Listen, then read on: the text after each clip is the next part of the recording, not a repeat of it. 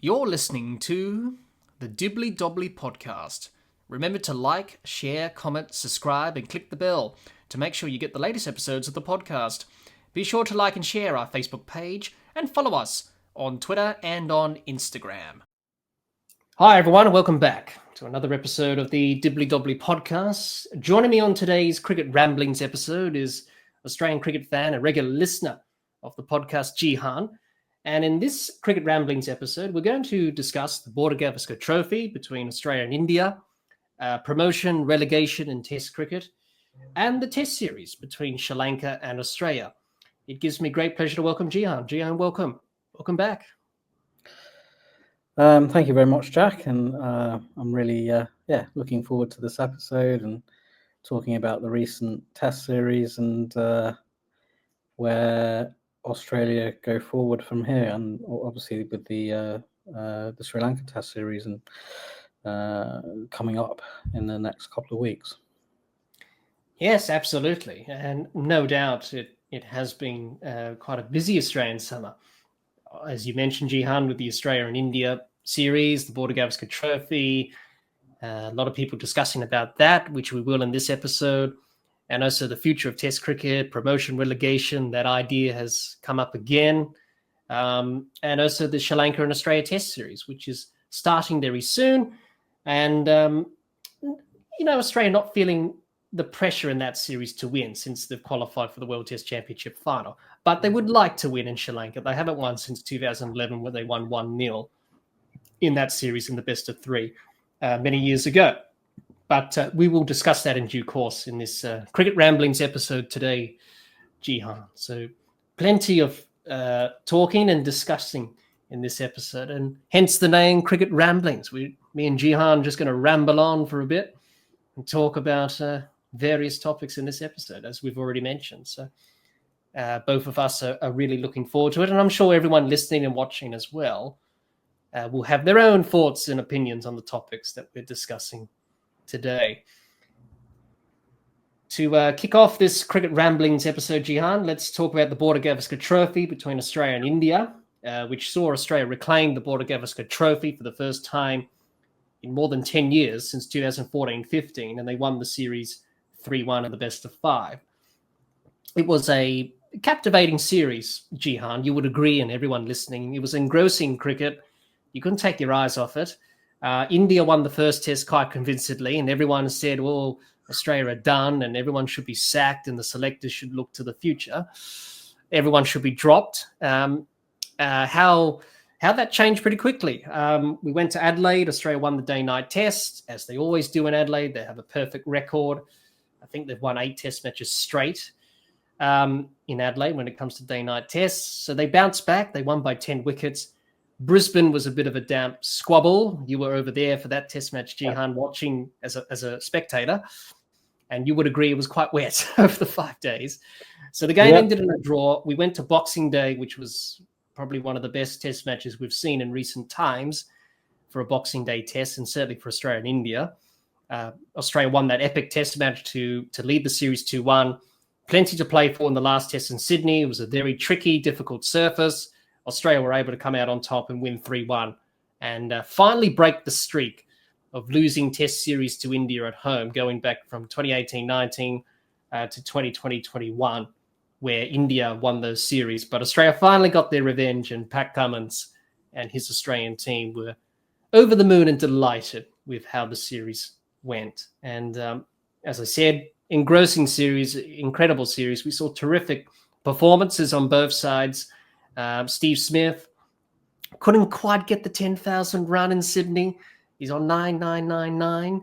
We have to get that in Sri Lanka now in the first test there in Gaul. We saw Jasper Bumrah stand up. He was the one-man bowling attack for India. Virat Kohli was under the microscope. Rohit Sharma. India's batting failed. Australia were able to pick themselves up in difficult moments. Scott Boland was superb. Mitchell Stark is absolute best. Pat Cummins was good. Nathan Lyon didn't do much in the series. So it had it all, this Border Gavaskar Trophy, and Australia thoroughly deserved their victory.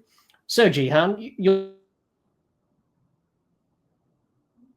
before the series, and how would you assess both Australia and India's performances throughout the 5 Test matches of this Border Gavaskar Trophy? So your thoughts on that, Jehan?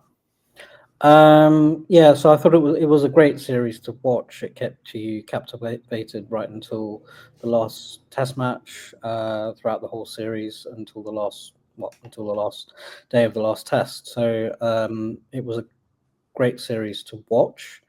I think overall Australia were in the end far too strong for India over the course of a 5 Test match series. You've got to consider it was in Australia's own conditions.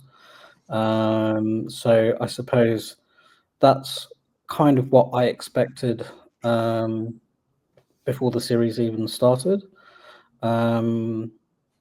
So just going back to what I talked about before the series started, I feel vindicated in some of the predictions I made. So I think if you look at it, I think if it didn't rain in Brisbane, Australia were well on top there. I'm pretty sure they would have won that Test match. So I think it's fair to say it could have easily been 4-1. My prediction was 5-0 to Australia, so I don't think that's too far off of that, what happened in the end. And actually, I could say, if not for a crazy third session on day 1 in Perth, Australia could have won that match as well, and it could have been 5-0. But no, I think overall Australia were too strong for India in Australian conditions.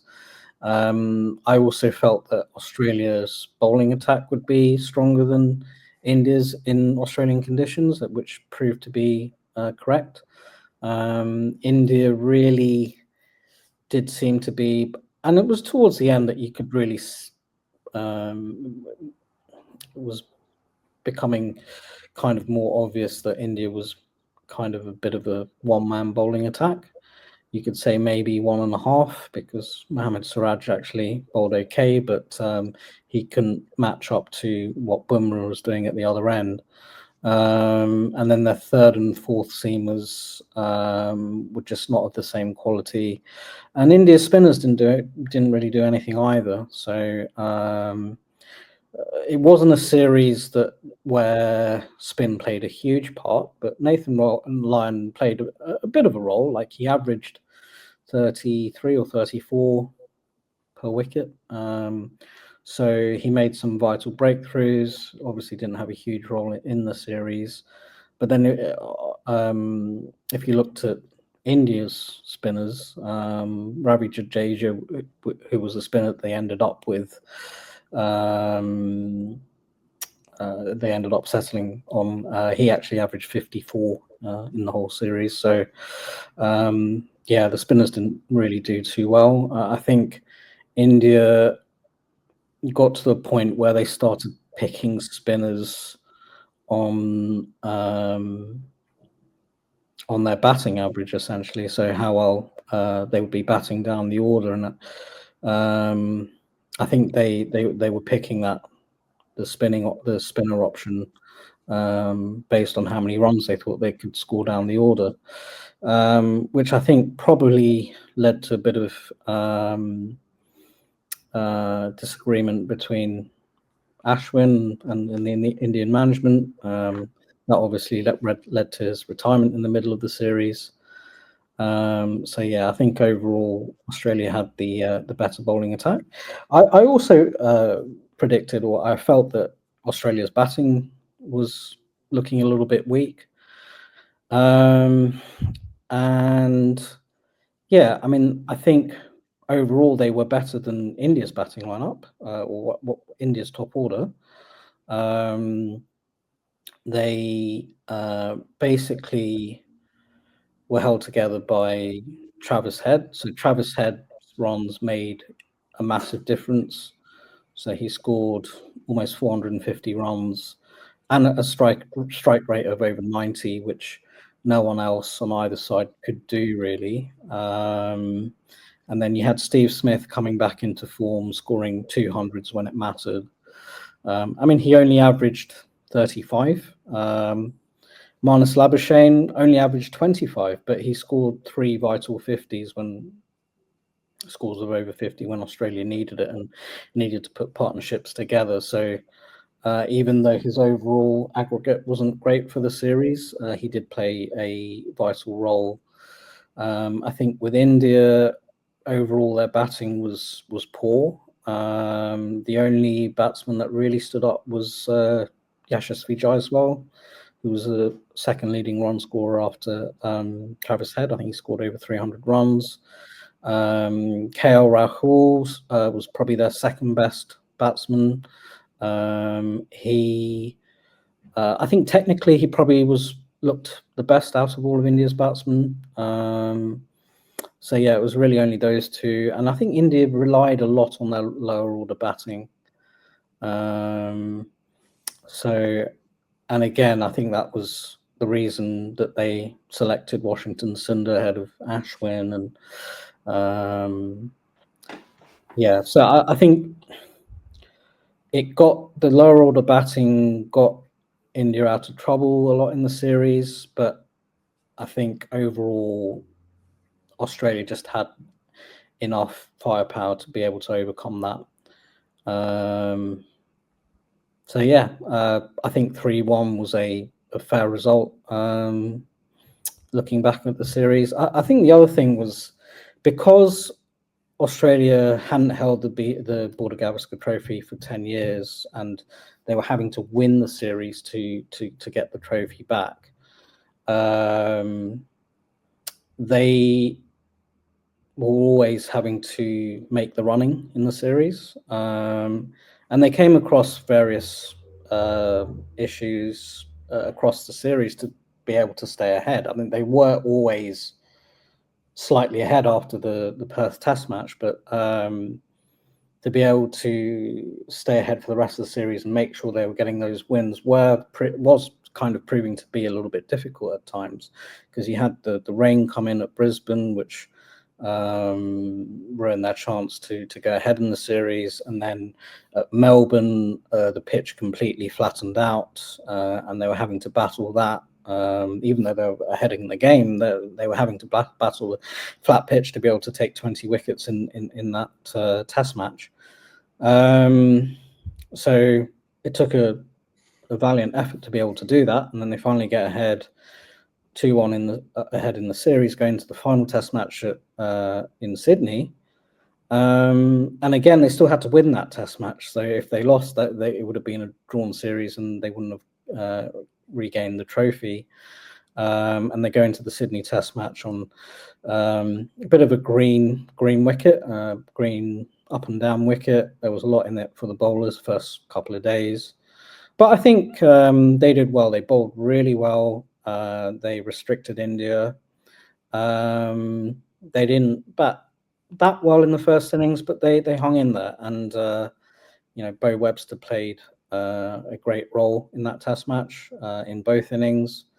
And then towards the end, it was a partnership between him and Travis Head that brought them home. And I think Travis Head he's become a bit of a pain in the backside for India and Indian fans.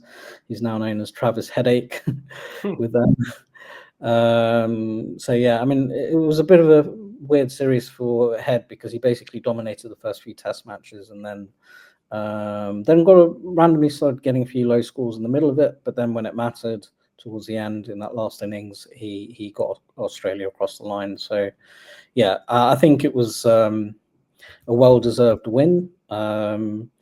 I think with Pat Cummins, I was in my own head, I was a little bit critical of him at various points in the series. I think at Perth on the first day, they bowled India out for 150, but I think they had them about 6 for 70 or something. And Rishabh Pant and Nitish Reddy put a partnership together, and they were getting on top of the bowling. And I couldn't understand why he kept bowling Nathan Lyon when it's like a day one green wicket, and they were sort of getting the momentum back. And when I felt that he let the game drift a little bit there, when they could have bowled them out for 100, they got up to 150, and then that allowed Bumrah and Siraj to sort of cut through the top order towards the end of day one, which proved pivotal in that test match. And then I sort of felt the same thing about how Nitesh Reddy and Washington Sundar put on that big partnership in Melbourne when they had a huge lead. Australia had a huge lead, about 250 ahead. They had them 7 down. And then these two put on 100, 120, 30 partnership.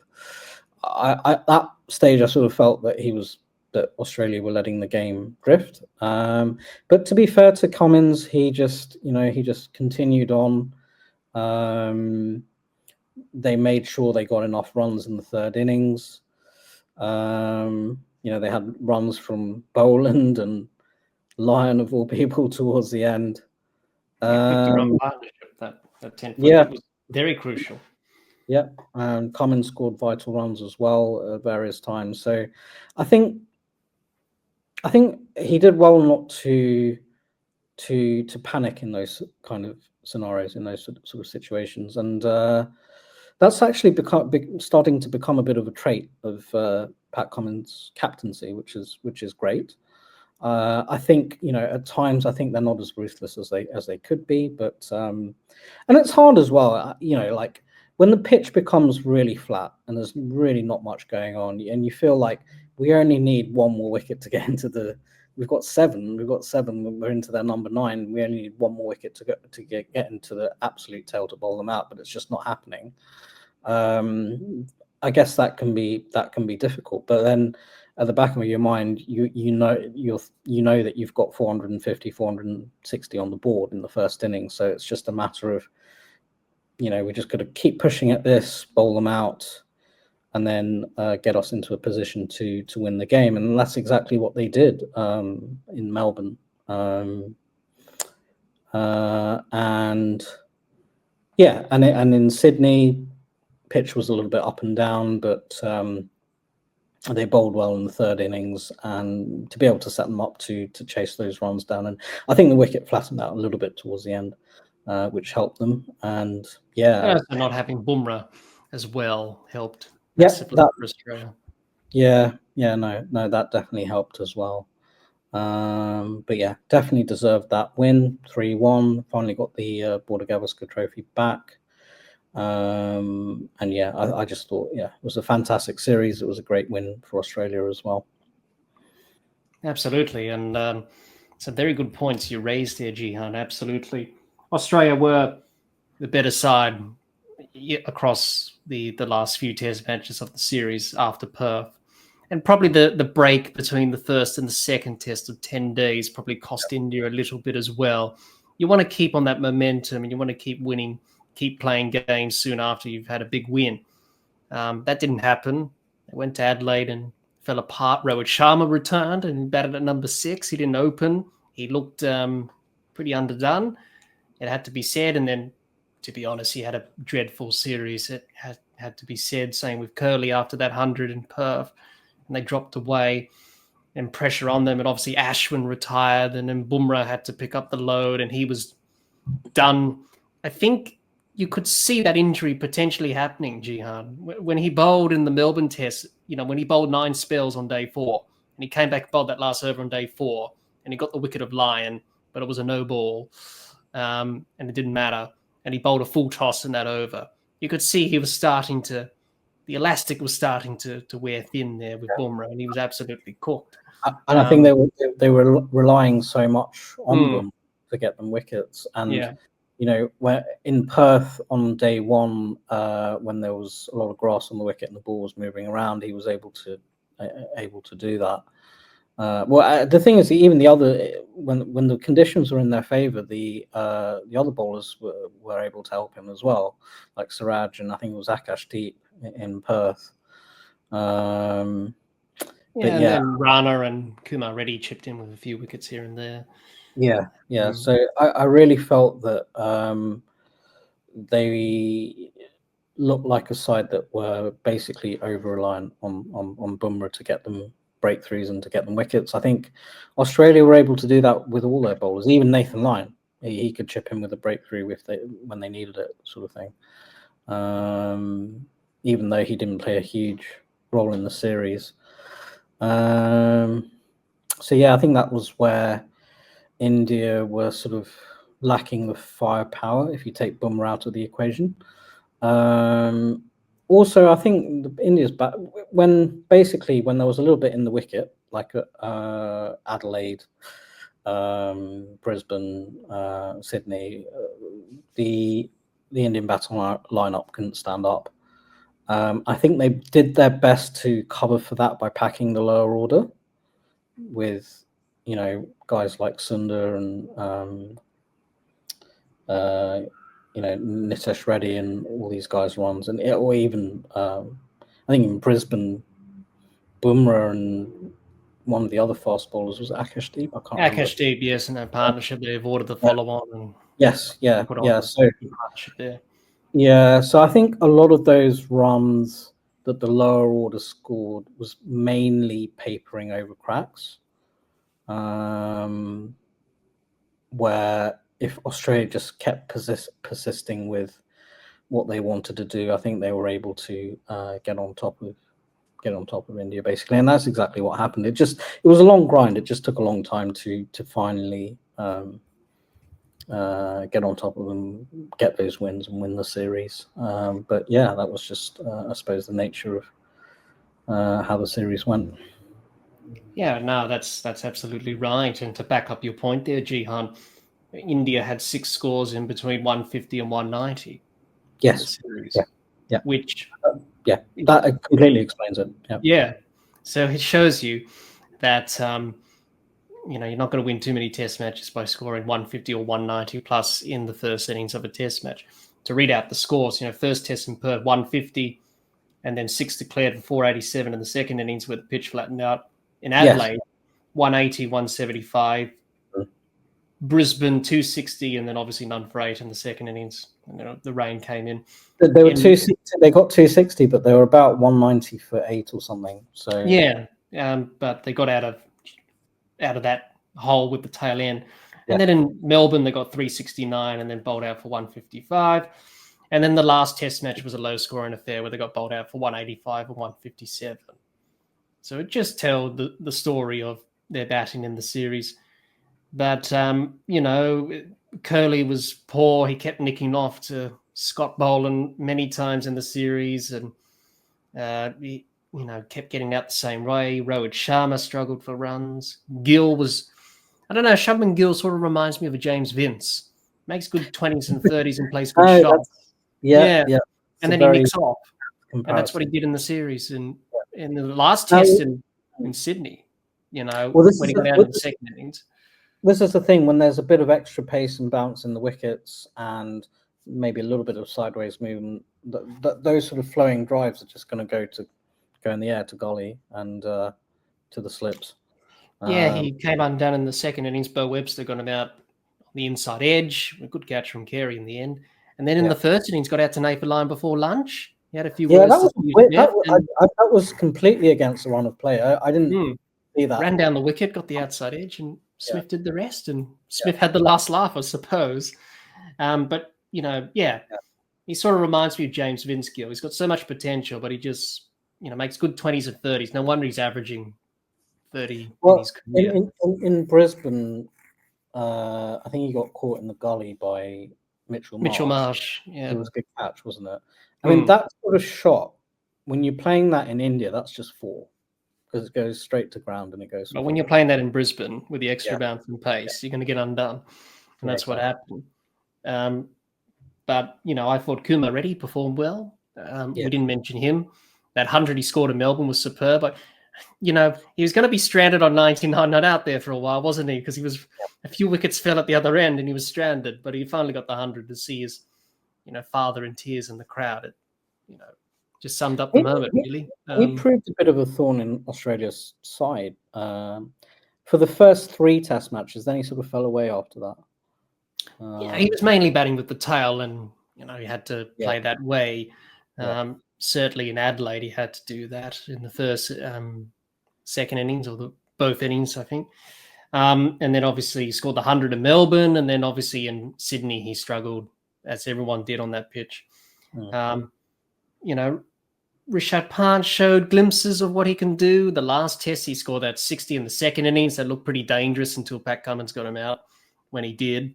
But in the first innings, he batted well. He responded after the criticism of the way he played in Melbourne in both innings, especially to Sunil Gavaskar in the first innings. We played that ramp shot off Scott Boland, and they put the fielder back for that particular sort of dismissal with that shot. And then in the second innings, getting out to Travis Head, which was an absolute, not the best delivery Travis Head would bowl. And then Rishabh Pant didn't read the room, the game situation, and held out to the deep, which was a really good catch from Mitchell Marsh in the end.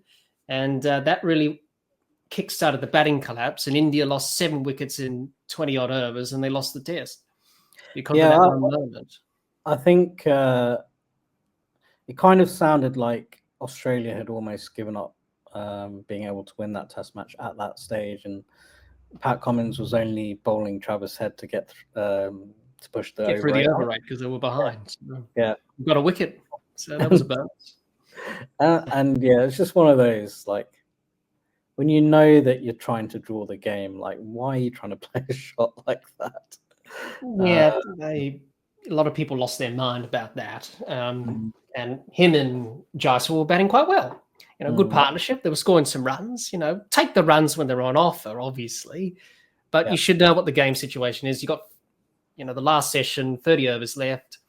You ain't getting 340 runs to win. I think everyone was dreaming if that was the case. It doesn't matter how good you are, even if it was England in that test match.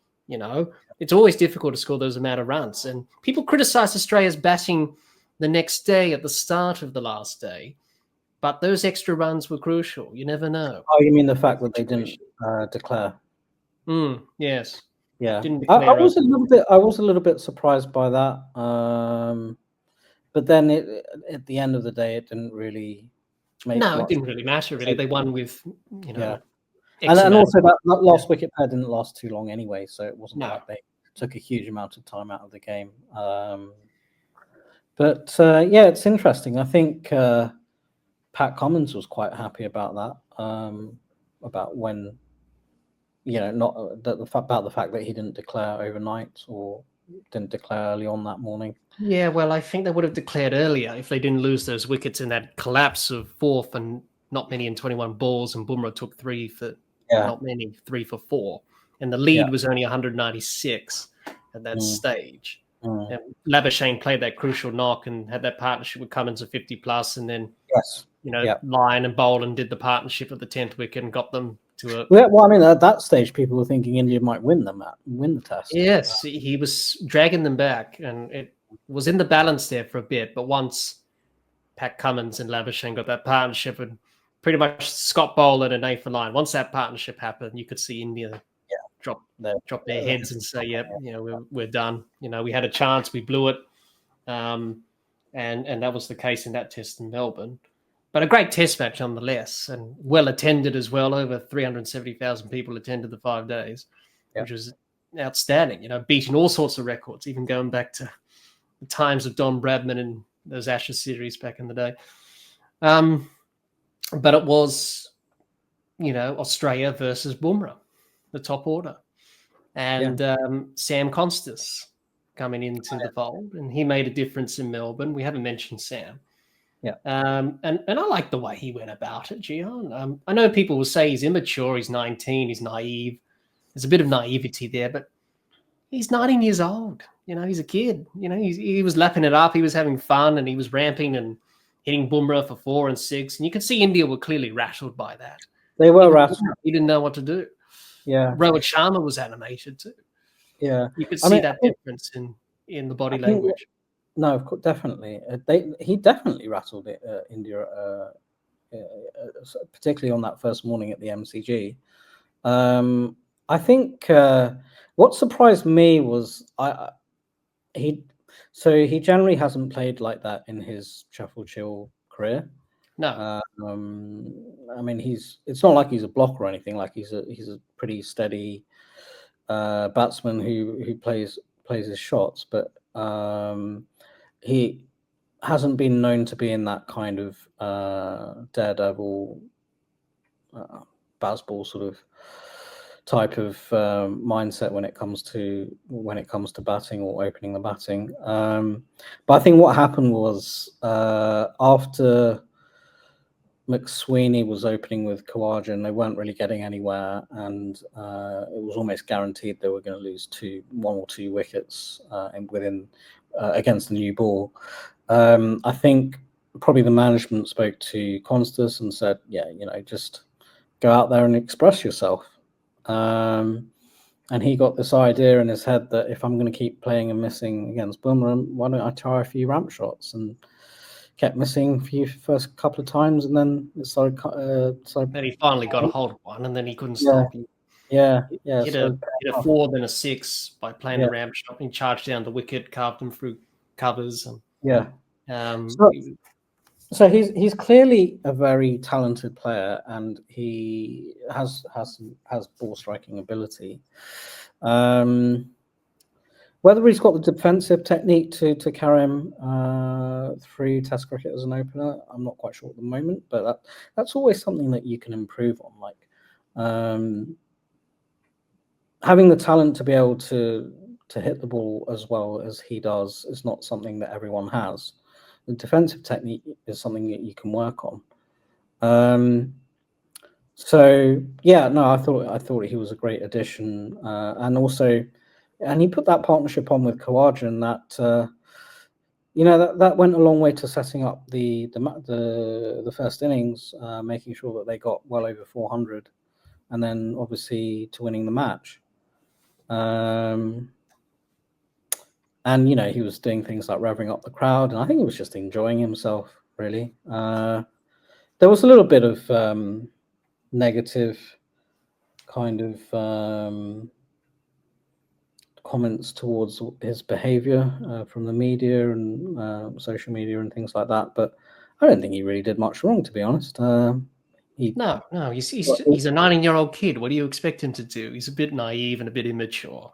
And he's still learning about the world. He got involved with the crowd, which is fine. Lots of people have done that over the years. Yeah. He got shouldered by Virat Kohli. That's not his fault. No, it wasn't.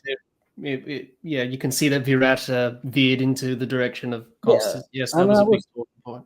That was completely deliberate, and actually he responded to that with a bit of class, really. He just sort of said, you shouldn't be doing this kind of thing. And I think Khawaja got in the middle to try and calm tensions down, but he didn't majorly react to that. And even I thought the thing with him and Bumrah towards the end of the day's play in, I think it was Sydney on the first, was it Sydney? Sydney, yeah, last over the day, last ball. Yeah, I think that was overplayed far too much as well. Like, you could see, so basically, Khawaja was wasting time, right? But that's gamesmanship. It happens all the time. People have been doing that for 100 years, right? Even Don Bradman, probably in his exactly. Trying to make sure that was the last over of the day, and you could see that Bumrah was visibly getting agitated by that, to the point where he looked like he was going to have a go at Khawaja, right? And yeah, so he was. You could see that he was getting annoyed by that, and he was about to say something, I think, and Constas, all he did was, I suppose he felt that he wanted to back up his partner at the other end, his mate, and just said he's not ready. He's not ready. Stop trying to rush him. And then he basically just said that again with a little bit more forcefully, I guess. I suppose that he's not ready. I don't think there's anything with that. I don't think has that never been said before in a competitive cricket match. Like, don't rush. No, I think many people have said that. Yeah. Probably that we're not quite ready yet to face up. But he'll learn from that. That's a learning experience, and Well, I don't think there was anything wrong with him saying that. No. Ricky Ponting said you got to pick your battles, and he said that was Khawaja's battle with Bumrah, not yours. So he'll learn from those experiences, and you learn and grow as a player. Yeah, but I can understand what you're trying to say. Yeah, it probably was blown out of proportion that it was. Let's put it this way: if that was Hayden and Langer batting together, and Bumrah was trying to get all aggressive with Hayden, Langer said to him, "He's not ready." We wouldn't have said anything about that. We'd have been like, "Yeah, Langer's backing up his mate." I think the only reason that where people are getting a bit like it's because Sam's a new guy and he's making new his and he's way. 19. Yeah. But he's still playing for Australia, and he's still the opener. There's no rule about if you're inexperienced or just coming. Yeah, you got to. His innings in Melbourne was critical in the first innings. It set up Australia in that test, but also even though it wasn't a long stay in the last test, but the run chase in Sydney was crucial. Yeah. He only scored 22, but he added 39 runs with Khawaja for the first wicket. Yes, and India bowled absolute rubbish at the start without Bumrah. They bowled wides and byes that went for 4 and all that stuff. So they got it all over the shop. But that really set up the run chase for Travis Head and Webster to come in after that to get Australia home. So he did play a role in the series. And he definitely did. And just coming back to that, like he said, so basically he was a little bit forceful with him and said he's not ready, just don't rush him, sort of thing. And obviously that wound the Indian players up, particularly Bumrah. They weren't happy about that. And then I think it was 2 balls later they get Khawaja out off the last ball of the day. And they all charged towards Constas. And I had a look to say who it was. It was basically Bumrah and it was Prashik Krishna. It was those 2 mainly. I didn't see Kohli there. Kohli was out at gully somewhere, so he wasn't able to get in this. No, I think he was in slip or something like that. Yeah. I think he went in another direction or something in the celebration. But to be fair, sorry, Jehan, to cut you off there. Maybe because he's the. Sorry, you go first. No, I was going to say, to be fair to Constas, he didn't react to that. He just tucked his bat under his arm and he walked off. Yeah. And I thought that was the absolute best way to handle that. It's like, okay, yeah, sure. If you're going to carry on about this, yeah, fine. I'm just going to walk off because it's the last ball of the day. So I think that was the best way to handle it. I think I watched, I don't know where, it may have been off the Grey Cricket or something like that. But they were making fun of that incident. And when the Indian players surrounded him and sort of made a huge deal of it. And the impression they did of Constas was like, I don't know why you're doing this to me. I'm still batting. I'm coming back tomorrow. Yes. Which is true, right? Why are you walking up to me? I'm still here tomorrow. Yeah, I think he got out soon after that next day. Yeah. But he was still there overnight. So, I thought he's got lots to learn, Sam. I think many people have queried his technique a bit, but he's young. He's 19. What do you expect? He's still learning his craft, and he'll learn that. I think he knows deep down inside what he needs to do to be successful at this level. And many of these people, I think Shane Watson's one of his mentors, said the same thing. This kid can play. He's got 2 sides of his game. He could be responsible and he can be aggressive when needed.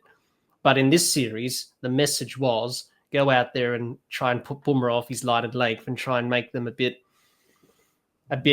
razzled or frazzled. That's the word. And that's what he did in Melbourne. And he did that in the run chase in Sydney. But obviously, to be fair, India didn't have Bumrah because of that injury he sustained. And Krishna and Siraj tried their best. They bowled, Australia faced 20-odd overs. They bowled half of those overs between them. And then you had a few overs from Sundar and Kumar Reddy. But they gave it a good go, but they didn't start well in that performance there with the ball that bowled wides and byes that went for boundaries and leaked runs. And Kohli was captain, and he was having a go at the crowd as well. And But I suppose going back to the thing about when India, sort of went towards Sam that the last day on day one of the last over, maybe a bit of intimidation, youngster, I, trying to yeah, put him in I, his. I thought that was completely unnecessary. If anything, I thought it was little bit juvenile, to be honest. Like, Yeah, well, I suppose these things happen. When you yeah, say something, of course, you're going to get a reaction, and that's what happens. So I think with time, Sam will know that, maybe just to say nothing at the right time, just say nothing at all. But he'll learn from that. But I thought he's got a bright future, Sam, and did well, I mean, make a difference in the series. I think the other thing about Sam Constas is he's one of these guys that has come up through all of the age group levels, and he's constantly scored runs, constantly scored hundreds.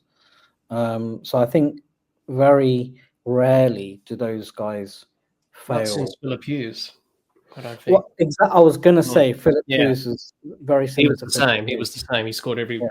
at every Yeah. level. He scored 100 or 2 and scored runs every season. So exactly. they're so rare, those types of players. They only come once in a generation. Well, if you think about it, was Steve Smith doing that? No, he was Not really. He was another bowled that batted lower down the order in the lower order. So he wasn't a guy that was going through all the age group levels as a top order batsman, just reeling out hundreds. So I think it's very, very rarely that those sort of guys fail when they get to international cricket. So I think some of them may take a few years to be able to establish themselves. And I think that was probably the way that Philip Hughes was heading after that initial success that he had. And then, unfortunately, obviously, we know what happened with him. But so I think that's something that's definitely in Sam Constas' favour. Definitely, absolutely. He's definitely got the abilities to do that. And I suppose people who haven't watched a lot of him at domestic level don't know that he has the other side to his game of batting responsibly as well as being aggressive. And a lot of people have made those assumptions, summations that he doesn't bat like this for New South Wales. He's quite conventional, actually. It's only for this series he was given a plan of attack to Bumrah, and it paid off, and it made a difference. So I think it was a breath of fresh air. Not since Pat Cummins came in as a youngster when he was 18. South Africa in 2011. And look what he did there. So it's always nice to see young players come into the side. And people say, well, how come Australia have gone down this route? We usually select players when they're in their mid-20s or something. Well, you've got to give the youngster a go. I think when I was watching that innings, I know it's a different format, but it kind of reminded me of David Warner's debut against South Africa in the T20, which was also at the MCG back in 2008. Basically, a new kid on the block coming in. No one generally knew what he was going to be able to do, and then he pulls off a performance like that. So you could see from those types of innings that players have got something about them. Obviously, David Warner in that innings and Sam here.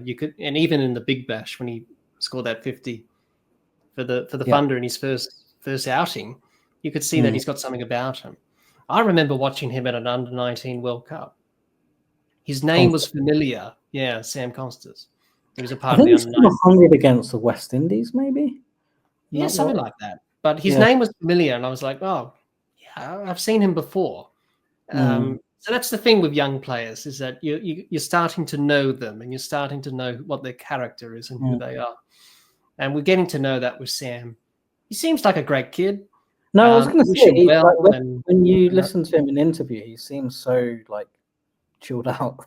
He seems pretty relaxed. He's enjoying it. He comes across as the kind of guy that nothing really bothers him, and he's just enjoying life. No, nothing really phases him all that much. Even the incident with Kohli, he said, I admire Kohli. Should he done that? No, but it just happened. So but he seems like a good kid, and I think we wish him well. You want good players like him to succeed. He's got a future. He's got a career. It's just working on those fundamentals and getting better, and he needs to have that work ethic. So being around players like, in the Australian team that have been pretty good, like Smith and Labuschagne, he'll certainly gain those habits and how you train and how you get better from them, I suppose, and learn more about him as a cricketer. Yeah, I mean, he's going to have some troubles, obviously, along the way, as everyone does. And it's hard to judge someone who's 19, like how they're going to be able to handle that going forward. But he's got a very high ceiling. That's the main thing. He's got a very high ceiling. No, definitely. I mean, it's sort of similar to Marnus in some ways, that Marnus Labuschagne is just an ultra positive person. He just comes across that way.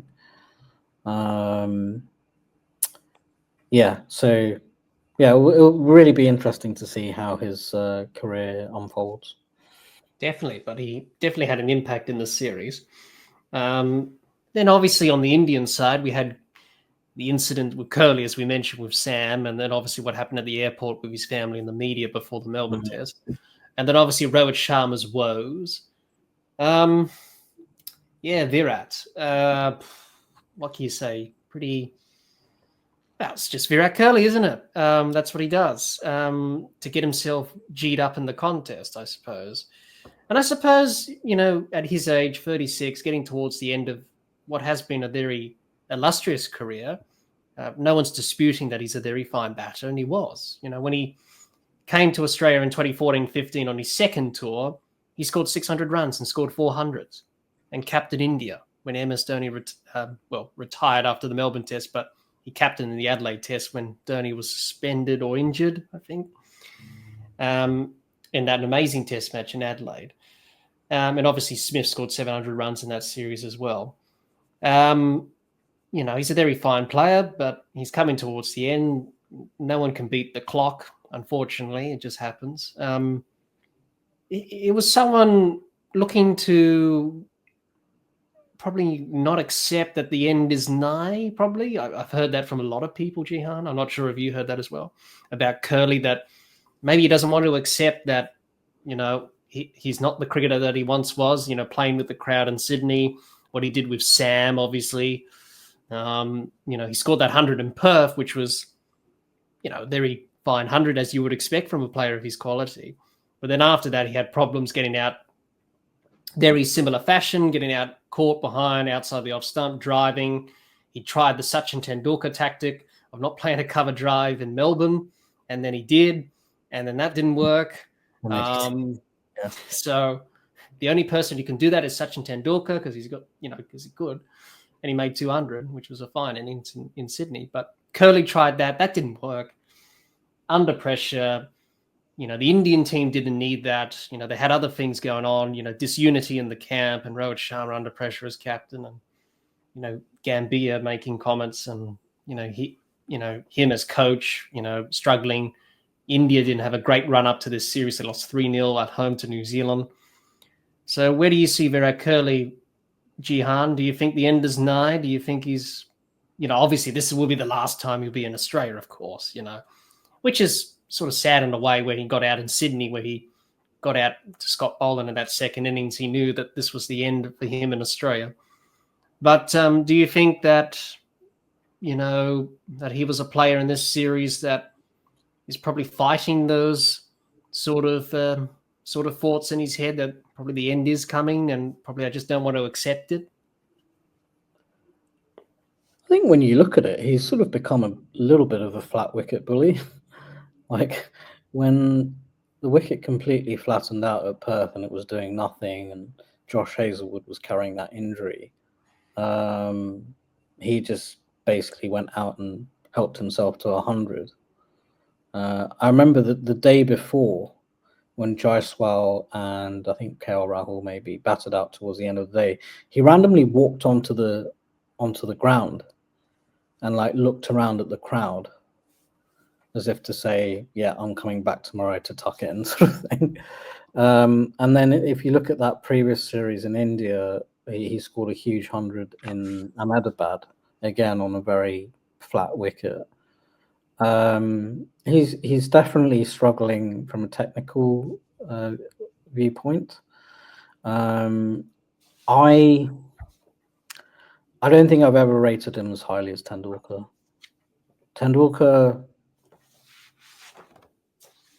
With Tendulkar, bowling attacks generally feared coming into bowl against him, so he had the ability to destroy bowling attacks. He could take them on, but then he could also just help himself to 100 without much effort, really. And he did it against all the best bowlers, best bowling attacks. So, or play some magnificent innings like the innings in Sydney where he got 200 and didn't play cover drive. That was pretty sweet itself. So, I mean, what comes to mind for me with Tendulkar was like the innings he played in Chennai '98 when he was just hitting Shane Warne out of the rough, which basically won them that Test match because on the first innings Australia were ahead, and in the third innings he came out and decided to go after Shane Warne, and he was able to do that in one-day cricket as well. I think he had more of an ability to take the attack to the bowling compared to Kohli. I think Kohli is he plays a very kind of low risk game, takes a lot of singles, makes sure pushes his average up in every format of the game, including T20, and that I think that maybe overinflates his value a little bit. He's obviously a good player and one of the best India have had, but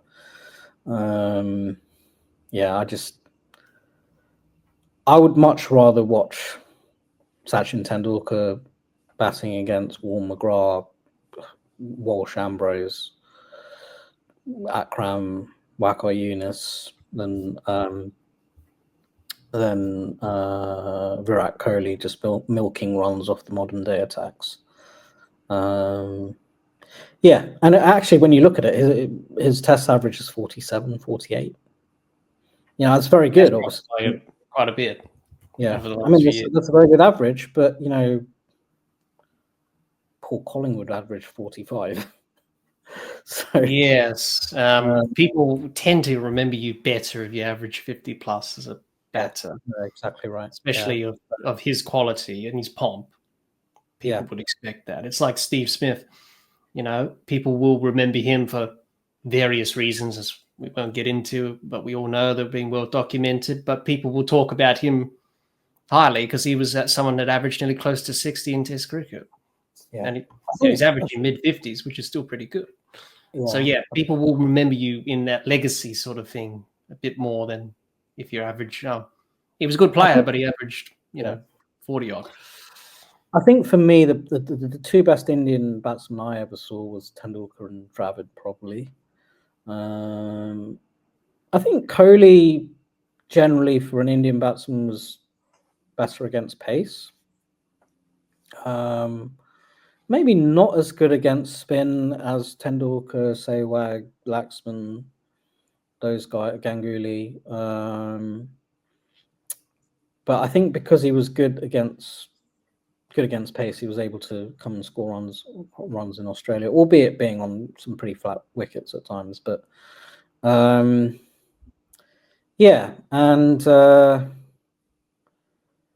I think one of the good things about Kohli was that ability to just sort of hang in there, particularly in white ball cricket, and really score a lot of runs by not taking too many risks. Now, if you compare that to someone like a Brian Lara, he did used to take risks to try and get on top of the bowling, sort of thing.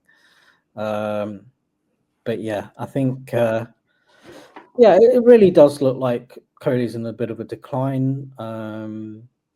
I felt the same about Steve Smith, but not as much of a decline. But to me, Steve Smith looked back to his best in the series, particularly in second Melbourne, the second 100 squad,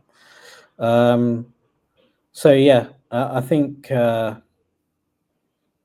definitely. And it's funny, I was the way Steve Smith was sort of crabbing across the crease to try and sort of be as sharp as he could. It was kind of reminding me a little bit of Shivnarine Chanderpaul, and also Brian Lara used to do that a little bit as well towards the end of his career. I think Brian Lara said that he first started doing that when he was facing Alan Donald, because he was the quickest bowler he had faced at that time in South Africa. And so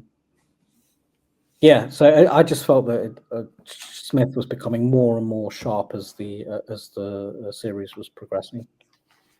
Yeah, definitely. And I suppose that's sort of a battle that Curly's having with himself at the moment. And I heard those people making those assumptions and, looking from afar that, probably he's just battling with himself that, I want to try and be the player that I once was, but you have to battle with the other side of the game as well. And once you get older and things start to go a bit, especially as a batter, your hand-eye coordination, your reflexes, your ability to be mentally ready for the challenge and the contest of batting. And you could see that he was clearly frustrated every time he nicked off, especially, playing those cover drives and doing the same thing over and over again. It's like people were saying, how hard is it to not play that particular shot? But he's sort of used to it, really. He played some cover drives that he nailed to the boundary throughout the series. They were pretty good. But then other times he fell into trouble. So, Well, I don't think he got out that many times driving. It was more his defence outside off stump. That too. Yeah, I think in Melbourne he outside that off stump, and he got out to Mitchell Starc driving in Melbourne. That was a bit of a loose shot, but I think his defensive technique really got found out outside off stump by Boland in particular, actually. Yes, especially on those types of surfaces as we had in the series that did a bit. He was a bit vulnerable. And then, so that's Virat Kohli. He had a bit of a difficult series. And then Rohit Sharma, on the other hand, as captain, dropped himself for the last test. India said he was resting, but I think everyone can put it together and say that he dropped himself from that last test. He didn't have a great series. He batted in the middle order, and then he batted as opener for Melbourne and Sydney. For Melbourne. He went back to open, changed his fortunes around, and then obviously didn't work out. And then as captain, he was under pressure, and the team was under pressure because they didn't perform as well. He's under more pressure, really, to continue. How do you see Rohit Sharma's future, Jehan? Do you think he's going to retire anytime soon, or do you think he's still going to be captain of India and maybe probably the selectors will probably make that decision for him? So your thoughts on Rohit Sharma in this series and his future, Jehan? I just thought he looked completely out of form, and he was getting out in weird ways. Like in one match, he sort of tried to play this flick pull shot and got caught at mid wicket. And then when he came in at Adelaide, ball was moving around a little bit, and he was just late on the ball. So I guess he sort of looked a little bit out of form, out of practice at that point. But that never really improved as the series went on. I don't really know what he's been doing, like how well he's been playing in Test cricket in the last year or last couple of years. I wouldn't say that I remember him scoring too many runs. No, I think he scored 100 a few years back, but he's averaging probably 20s, similar to Curly in that aspect. Yeah. Their averages are similar over the last 4 or so years since 2020. Yeah. So I think with him, his strength has always been white ball cricket. He's always been a great one-day player. In fact, it took him a while to actually get into the Test side, and that was on the back of his runs in one-day cricket. He's obviously good in T20 as well. So, yeah, I mean, he's getting on a little bit. I would suggest that he probably retires from Test cricket and concentrates on the white ball formats, really. Yeah, you would think so. India do go to England next, and that's going to be difficult for both Rohit and Curly. Well, the thing is, in England, I don't think it may even be more difficult for those two because you're not going to get the same flat pitches in England. Ball's always going to be doing a bit with the Duke's ball. So It depends what sort of summer you're going to get in England. Are you going to get a wet summer or a dry summer? yeah, and that's one thing, and then also what Ben Stokes wants with his Bazball vision. So they may ask for flat wickets. Or a bit of something in the surface. So yeah, be interesting to see how that series goes in a few months' time. But yeah, you know, I agree there, Jehan. He was out of form, Rohit, and he just looked everything was, you know, in slow motion, you know. And I suppose once he gets to that age, everything happens in slow motion and you have less time to react than you once did. Same with Curly as well. Yeah, I mean, the other thing I was going to say was, surely you wouldn't get to a point where you think, oh, I'm not really playing well, I've got to drop myself because I'm not the best, I'm not making the 11 on the way I'm playing. I know that's happened. I know captains have done that before, but I feel like he must have been pushed. He must have been told, you're not going to play this match. Well, it had that sort of feeling about it. Maybe he made that decision by himself, or Gambia said, maybe you should sit out this test. Maybe just get away from it for a bit and reassess, or something like that. And Gambia's he's a feisty character. I'm pretty sure there's been a lot of conflict between himself and various players. Yeah, there has been talk about, you know, India in this series, the dressing room unrest. They didn't even celebrate together, apparently, after the Perth test or something. There's been a bit of a division of groups or something like that with senior players and the youngsters in the side. And even on the field, sometimes you could see Rohit was animated and he wasn't happy at times.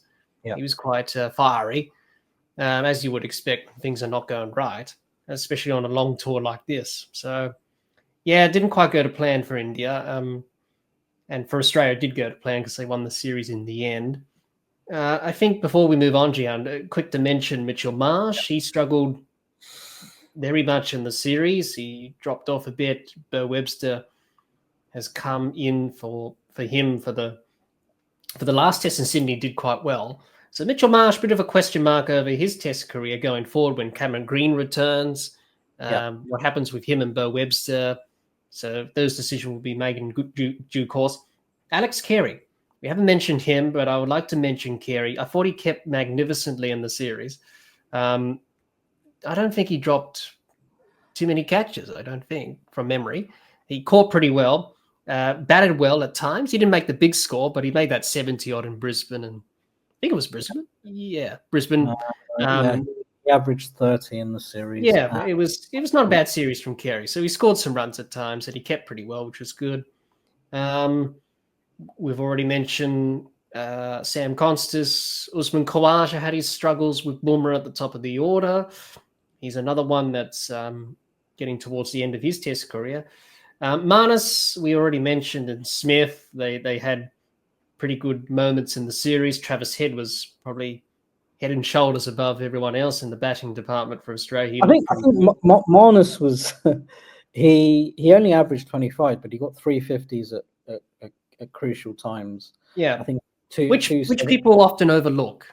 Yeah, you know, when they compare the numbers to Marnus, you have to look at those three innings in isolation. Yeah, that partnership with McSweeney in Adelaide. If he didn't do that partnership, Australia would have lost a few wickets under lights. Could have ended a lot different than it did. Yeah, but and he gave and also Melbourne as well. And those partnerships there were crucial. He should have got 100 in two of those innings. He gave away his wicket. He sort of. trying to play that wide shot or something to Gully or something. He got caught. Yeah, he poked one to Gully in Adelaide. And in Melbourne, he tried to hit Washington Sundar over the top and got caught at mid-off. So, I mean, those were the same way in Sydney as well in the first innings of that test match. Yeah. So at times he had an up-and-down series, Marnus, but he played some important knocks there. Obviously, Smith returning back to some sort of his best. And then, as I mentioned, Travis Head as well. And then the bowling department, you know, Cummins, Lyon, Boland, you know, were good in the series at times. Josh Hazlewood bowled pretty well before he got injured. He only played a couple of tests because of that injury to his side. Well, you know, 3 bowlers averaged 13 in the series. Bumrah, Boland and Hazlewood. Yeah, which tells a story. about how the bowlers went in the series. Mm. For India, we already mentioned about, Rohit Sharma, Kohli, their form slump. Gill was hit or miss. Pant showed his glimpses at times in the series. Jaiswal, Rahul, Kumar Reddy, clearly India's best batters in the series, I thought. And their bowling attack was pretty much Bumrah. It sort of had a Shane Warne feel about it, Jehan. In that 2005 series, Warne took 40 wickets and he had massive challenges off the field. The balls of Warne, right?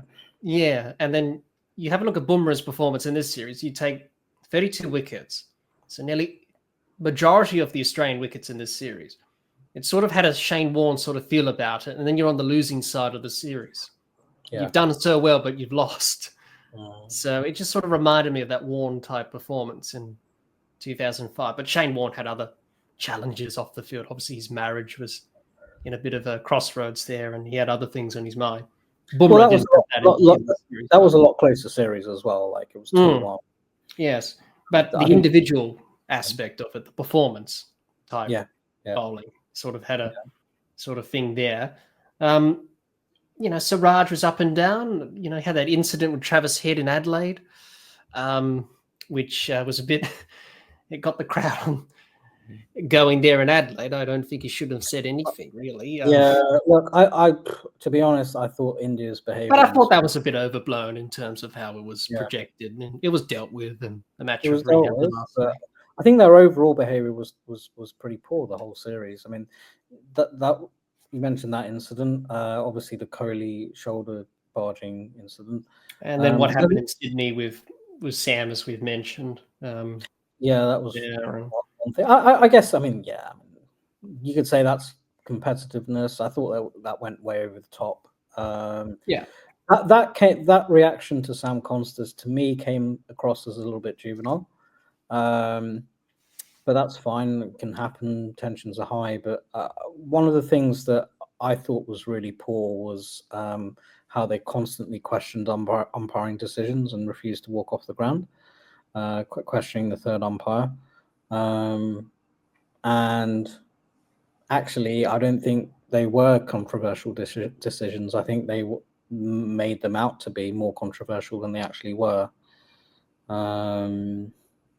The Jaiswal one, clearly there was a deflection, didn't get picked up on Snicko, but that's doesn't always get, and the guy that runs or owns Snicko explained that and said that it doesn't always pick up soft glances. I think he had definitely had enough evidence from the camera footage itself, and then the one where the inside edge, where you could see the cherry on the bat, and also there was a spike on Snicko. I don't know why they were complaining about that one. The other thing I would say is I don't understand, for a series this big. This is probably would have been the biggest series in Test cricket in this current age, in this current era. Why have Fox Sports not paid for Hotspot and Ultra Edge? Ultra Edge is being used in the BBL at the moment. Yes. Which makes no sense. Like, you can pay for it in the BBL, but you won't use it in the Test series. Well, it's a lot cheaper. I think at the end of the day, Jehan, and it comes down to profits and money. How much money would they have made from the series? Why they would have made so much? Yes, that's true.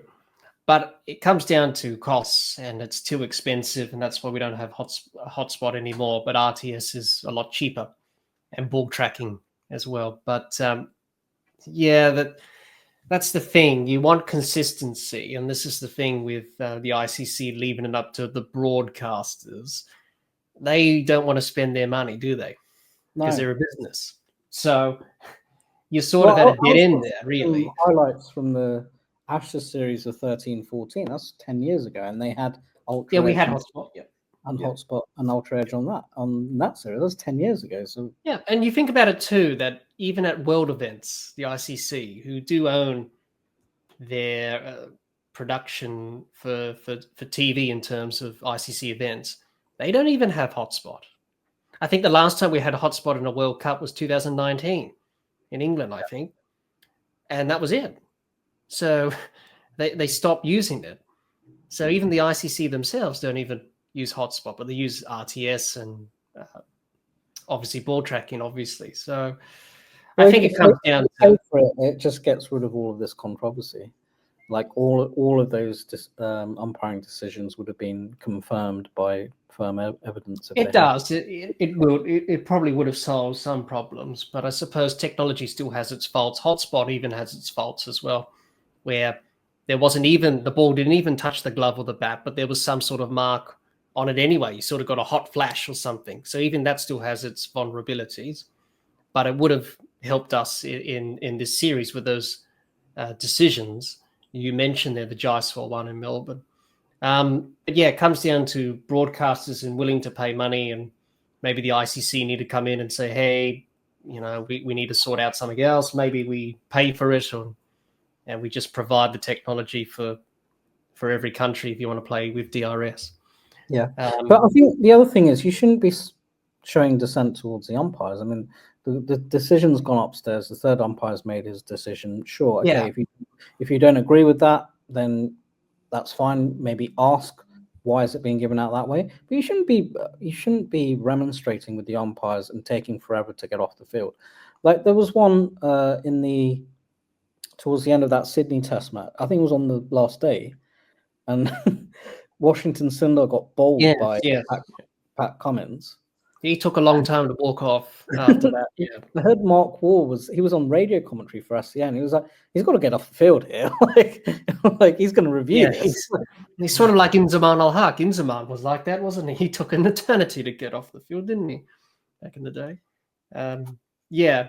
But he wasn't remonstrating with the umpires. That's the thing. No, I think that was just Inzamam just doing his thing, really, just being walking slowly off the field.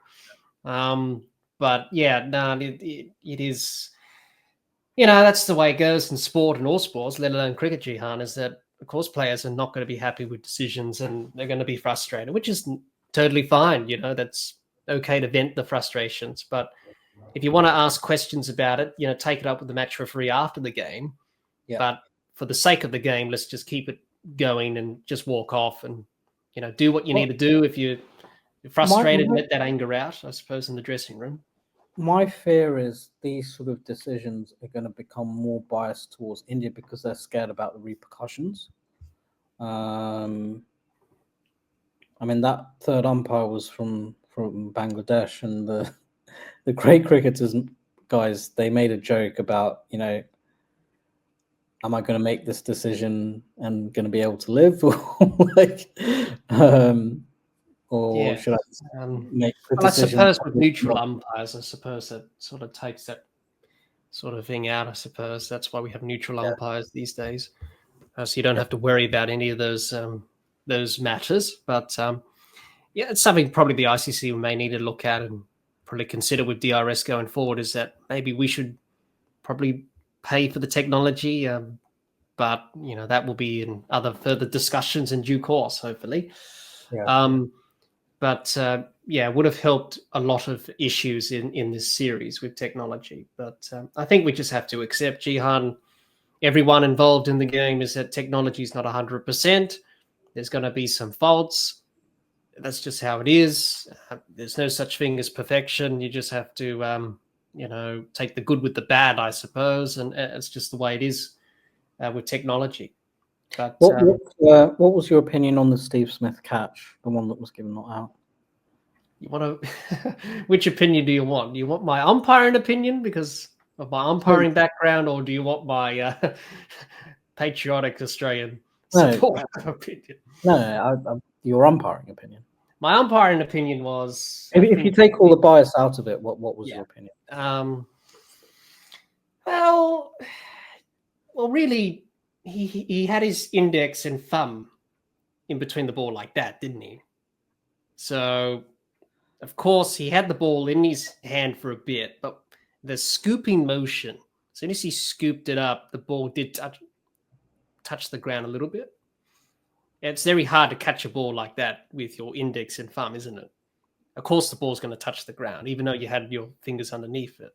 Yeah. So if he caught it conventionally and had the fingers underneath the ball, then it would have been fine. But even when you catch the ball, Jehan, I'm sure you've heard of this as well. In between your fingers, the ball does touch a bit of the grass anyway. Yeah. So we have this thing in cricket where you can't touch the ball, can't touch the grass, but it still does anyway if you catch it conventionally with the fingers, because the gaps in between your fingers, the ball does touch a blade of grass. So it does contradict what the law says. But in terms of the Steve Smith one, that's what I mean. It really comes down to how pedantic you want to be about that. Like, were there gaps in your fingers when you caught it? Yeah. But I think we just, I think we just say that's fine. As long as you have your fingers underneath the ball, irrespective if it's touching a bit of grass or not, in between the gaps of your finger, should be fine. Yeah. But going back to your question about the Steve Smith catch, my opinion on that, I think as soon as that happened, as soon as the ball, if you could see it touching a bit of grass, then you had to go with not out there, because Smith did pretty well to get a hand on it in the first place, I thought. Yeah. But as soon as he scooped it up, and you could see after that initial movement when he caught the ball, and then after what happened after that, you could see that the ball was probably touching the ground there. So it doesn't matter now because the test match is already over and it's already being done, the decision's made. But it comes down to those technology things again. When you're reviewing catches, they're not all clear cut. But I thought the third umpire, he had to go with not out after seeing that. There was only one way he would have, it was Joel Wilson, and he took the safe option, which he generally tends to do. As an umpire, you would go with that option anyway. If you're not sure, then give it not out, as they say. I mean, to me, it probably was out. I think he probably did manage to get his hand underneath it and scoop it up. Steve Smith himself was adamant that it was out when they interviewed him at the lunch break. But to be fair to him, he said the decision's been made, so we move on. And I think that's the way players should handle that. Even if they think that it was an incorrect decision, they need to. It's always a grey area in the game. They need to acknowledge that the decision's been made and move on from there. But I think for me, probably was out, but and this has been going on for 20, 30 years with the camera angles. There's a foreshortening of the lens, right? Because you're trying to fit a 3D image into 2D. So there's when it's that close, there's always going to be a few frames where it looks like the ball is touching the ground and the hand at the same time, which may not necessarily be the case. But that's the cameras and the technology you have, so it's impossible to tell. So I don't think it's unreasonable to give that not out, especially when you have a frame that shows that it looks like it's touching the ground. Let's put it this way: I've seen a lot worse than that being given out. One that comes to mind was when Marnus Labuschagne was given out in the Lord's Test match in 2019, when Joe Root. Yes. Because that one, it clearly bounced because you could see the ball changing trajectory. But for some reason, that one got given out. Michael Vaughan getting caught by Justin Langer in the Adelaide Test match in 2002. That one clearly carried. I don't think there was any angle that showed that it looked like it was touching the ground, but for some reason that got given not out. So, and then you had Cameron Green in the World Test Championship final. That one. I think that was a similar one, to be honest. I'm sure there would have been a couple of frames that made it look like it was touching the ground. I think it was Tony Greig who did that years ago. He did that experiment, didn't he, with the two-dimensional 3D foreshortening. And it goes back to my point that I made earlier, Jehan, about technology being invaluable, not 100% perfect. So I think we just have to take the good with the bad, the rough with the smooth. But it is a grey area at times, and obviously, I just sometimes it doesn't seem to be consistent to me. Like, even I remember there was one in the recent Ashes when you remember that Test match at Lords when they just kept bowling bouncers every ball, and England kept going for Yeah. So Joe Root got out playing this ridiculous hook shot where I think it came off his glove or something, and Steve Smith sort of ran in. Ball went nowhere, literally like lobbed up to the goal on the 45, and Smith sort of dived forward to catch it. I wasn't sure that he got his hands underneath that.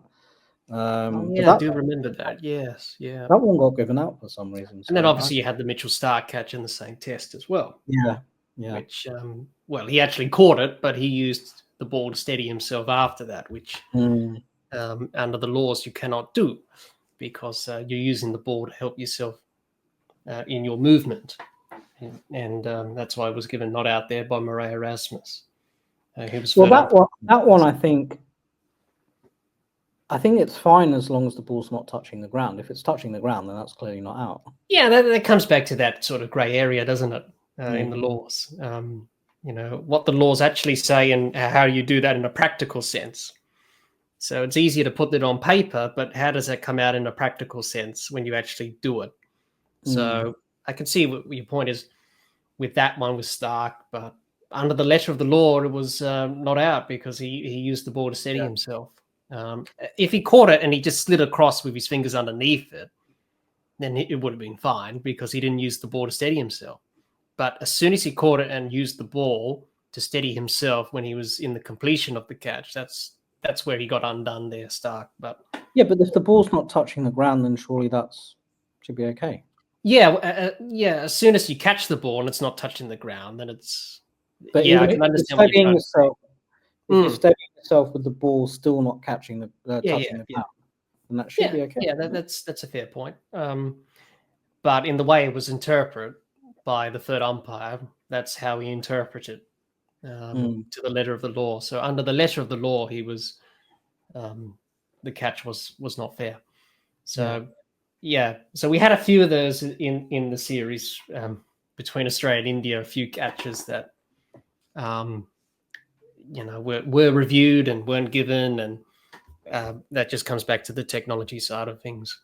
Yeah, I think it should. If you're not sure, go to the third umpire, and if there's any doubt, then it should go. Well, they did remove the soft signal, so that was nonsense. I did not understand the soft signal at all.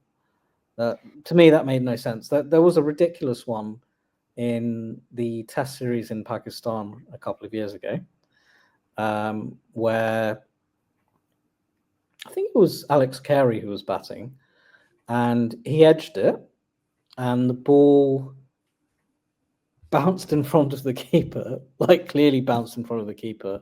Oh, sorry, no, he didn't even edge it. It came off his pad. Died down, bounced in front of the keeper, and the keeper takes it on the half volley. And Alim Dar's given the soft signal out as out. So it goes up to the third umpire, and it's like clearly not out. And it's an easy decision to overturn, but I just don't understand. Like, how has that helped in any way to be able to give that soft signal out? Yeah, that's why they got rid of that, and it didn't even carry.